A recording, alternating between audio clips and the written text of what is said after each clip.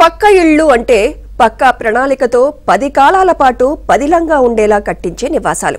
కానీ వైసీపీ ఏలుబడిలో కట్టించిన పక్కా ఇళ్ళు మాత్రం పేక మేడల్ని తలపిస్తున్నాయి. పునాదుల నుంచి పైకప్పు వరకు నాసిరకంగా పనులు చేయడం వల్ల లబ్ధిదారులు ఇబ్బంది పడుతున్నారు.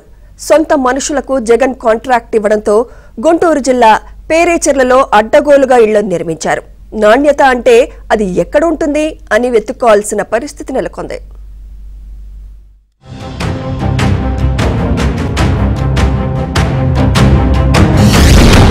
ఇల్లు కాదు, నిర్మించేది ఊర్లు అన్నారు. లడాయి మాటలు, బడాయి కూతలు కూశారు. చెప్పిన మాటలకి చేసిన పనులకు పొంతనలేదు. జగనన్న కాలనీల్లో పేదవాడికి పక్కా ఇంటిని నిర్మిస్తామని చెప్పిన వైసీపీ ప్రభుత్వం పేదలను నట్టేట ముంచింది.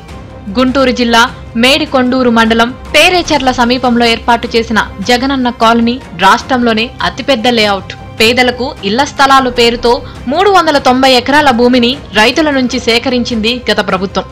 అయితే వైసీపీ నేతలు కమిషన్లకు కక్కుర్తిపడి నల్లరేగడి భూములు, వాగుకు పక్కనున్న లోతట్టు ప్రాంతాలలో భూమిని సేకరించారు. దీంతో లబ్ధిదారులకు శాపంగా మారింది.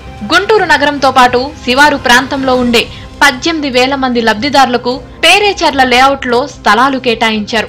మొదటి విడతగా 9,219 మంది లబ్ధిదారులకు 2021లోనే ఇళ్లు మంజూరు చేశారు. వీరందరికీ ఆప్షన్ 3 కింద ఇళ్లు కట్టించి తాళాలు చేతికిస్తామని ప్రభుత్వం హామీ ఇచ్చింది. పేరేచెర్లలో ఇళ్ల నిర్మాణ పనులను రాప్తాడు మాజీ ఎమ్మెల్యే తోపుదుర్తి ప్రకాష్ రెడ్డి బంధువుల సంస్థ రాక్రిట్ మరో 3 కాంట్రాక్టర్లు దక్కించుకున్నారు. పక్కా ఇల్లు అంటే పిల్లర్లు వేసి పటిష్టంగా నిర్మించాలి. కానీ కాంట్రాక్టర్లు మాత్రం నల్ల మట్టిలో పిల్లర్లు వేయకుండా పునాదులు నిర్మించడంతో కుంగిపోతున్నాయి. పైగా పునాది మీద వేసిన బెడ్ కాంక్రీట్ కూడా కుంగిపోతుండటంతో లబ్ధిదారులు ఆందోళనకు గురవుతున్నారు. కిటికీలు, తలుపులు పెట్టిన చోట గోడలు నెర్రలిచ్చి పడిపోతున్నాయి. లబ్ధిదారులు క్షేత్రస్థాయిలో లేకపోవడంతో కాంట్రాక్టర్లు ఇష్టారాజ్యంగా నిర్మాణాలు పూర్తి చేశారనే ఆరోపణలు వస్తున్నాయి. జగనన్న ఇల్లు పేక మేడల్లా కూలిపోవడానికి సిద్ధంగా ఉన్నాయని స్థానికులు వాపోతున్నారు. ఇప్పటికే స్లాబ్ దశ వరకు నిర్మించిన 20 ఇళ్లను కూల్చివేసినట్లు సమాచారం. అందరం కూడా మరి పేదలందరికీ ఇళ్ళు వస్తున్నాయని అందరం సంతోషించాం. తీరా చూస్తే ఇక్కడ పెద్ద స్కామ్ ఇక్కడ జరిగింది.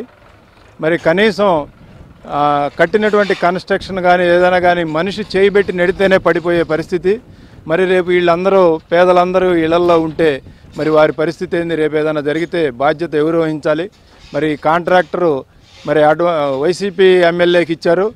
మరి ఆయన పూర్తిగా పెద్ద అమౌంట్ అడ్వాన్స్ తీసుకున్నాడు. మరి ఇక్కడ చేసినటువంటి పని మాత్రం మీరు అందరూ చూస్తూనే ఉన్నారు. మరి ఆ విధంగా ఇటీవల ఆఫీసర్లు, హౌసింగ్ బోర్డు ఆఫీసర్లు వచ్చి నాసిరకంగా ఉన్న ఇళ్ళన్నీ వాళ్లే పడేసి వెళ్ళిపోయారు. ఇదిలా ఉంటే పేరేచెర్ల లేఅవుట్లలో ఇప్పటి వరకు కేవలం 1441 గృహాలు మాత్రమే పూర్తి కాగా ఆర్ఎల్, ఆర్సీ స్థాయిలో 593 నిర్మాణాలున్నాయి. సుమారు 5,568 నిర్మాణాలు బేస్మెంట్, అంతకంటే తక్కువ స్థాయిలోనే ఉన్నాయి. ఇక ఇళ్ల నిర్మాణాల పర్యవేక్షణ విషయానికి వస్తే వాటిని పట్టించుకున్న నాదుడే కరువయ్యారు. మరోవైపు వైసీపీ ప్రభుత్వం 1,80,000 రూపాయలతో ఇళ్ల నిర్మాణం పూర్తి చేస్తామని లబ్ధిదారులకు చెప్పింది. కానీ ఈ 1,80,000కు మరో 35,000ను పొదుపు సంఘం లబ్ధిదారుల ఖాతాల నుంచి తీసుకొని నిర్మాణానికి వినియోగించారు. కాంట్రాక్టర్లు నిర్మాణ ప్రమాణాలకు తిలోదాకాలిస్తున్నా పర్యవేక్షించాల్సిన అధికారులు మాత్రం తేలు కుట్టిన దొంగల్లా వ్యవహరించారని లబ్ధిదారులు ఆందోళన వ్యక్తం చేస్తున్నారు. వాడి ఇసుక క్వాలిటీ వాడకుండా నీళ్లు కొట్టలేదు సరిగా, ఇవన్నీ వరకు వదిలేరు. గేదెలు, గొర్రెలు ఇవన్నీ తిరుగుతున్నాయండి. ఆగవాంగ తిరిగి కరెంటు షాకులు కొట్టి కూడా గేదెలు చనిపోయినాయి. ఆ కరెంట్ వాళ్ళు వైర్ సరిగా పెట్టలేదు. అక్కడ గేదె చనిపోయింది మొన్న. వాళ్ళకి ఏమి ఇయ్యలేదు, ఇట్లా వదిలేసి ఆగవాంగ చేస్తున్నారు అంతా. ఈ రాళ్ళు గోళ్ళు మొన్న ఇల్లు డిపార్ట్మెంట్ వాళ్ళు పడేశారండి. బాగలేదని, సరిగా కట్టలేదని పడేసి మళ్ళీ కట్టేస్తున్నారు ఇవన్నీ. ఇప్పుడు అందువలన డిపార్ట్మెంట్ వాళ్ళే పడేశారు. అవి జగనన్న కాలనీ నిర్మాణంలో అంతర్గత రోడ్లు, డ్రైన్లు, డిజిటల్ లైబ్రరీ, అంగన్వాడీ కేంద్రం, వైఎస్ఆర్ క్లినిక్, పార్క్, పాఠశాలను నిర్మిస్తామని అప్పట్లో మంత్రులు హడావుడి చేశారు. అవసరమైతే ప్రత్యేక బస్ సర్వీసును అందుబాటులోకి తెస్తామని ప్రగల్భాలు పలికారు. వాటి సంగతి పక్కన పెడితే కనీసం నివాసయోగ్యం కాని ఇళ్లను నిర్మించారని లబ్ధిదారులు అసంతృప్తి వ్యక్తం చేస్తున్నారు. ఇప్పటికైనా నూతన ప్రభుత్వం పట్టించుకొని పేదలకు నాణ్యమైన ఇళ్లను నిర్మించి ఇవ్వాలని కోరుతున్నారు. సౌకర్యాలు ఏమున్నాయండి? మేము బోర్లు వేయించుకున్నాము, కాలువ నీళ్లు వస్తే వాడుకుంటున్నాము. సౌకర్యం అనేది అసలు ఏం లేదు కదా. ఇప్పుడు రోడ్లు ఉంటేనే కదా పిల్లలు విద్యార్థులు బడికి వెళ్ళేవాళ్ళు వెళ్ళలేకపోతున్నారు. చాలా మంది పడి చేతులు ఇరిగినాయి. ఏం ఊళ్ళో అండి? ఇప్పుడు మీరే చూస్తున్నారు కదా, చూడండి మొత్తం అడివే కదా. ఎక్కడున్నాయి? ఏమీ లేదండి. తాగునీరు లేదు, ఏం లేదు. మేము వెళ్ళాలంటే 3 కిలోమీటర్లు వెళ్ళాలా ఇక్కడ నుంచి. మాకు రోడ్లు ఉంటే బాగుంటుంది అనిపిస్తుంది. మీ తర్వాత రోడ్లు లేవు. చాలామంది బైకుల మీద నుంచి పడిపోతున్నారు. ఈ సెంటు స్థలం వాళ్ళు అయితే అబ్బాయాంగోళనకు వచ్చేసి మా ఇళ్ళ దగ్గర ఉంటున్నారు నైట్లో. ఇది కరెంటు ఉండి లేక అట్లా.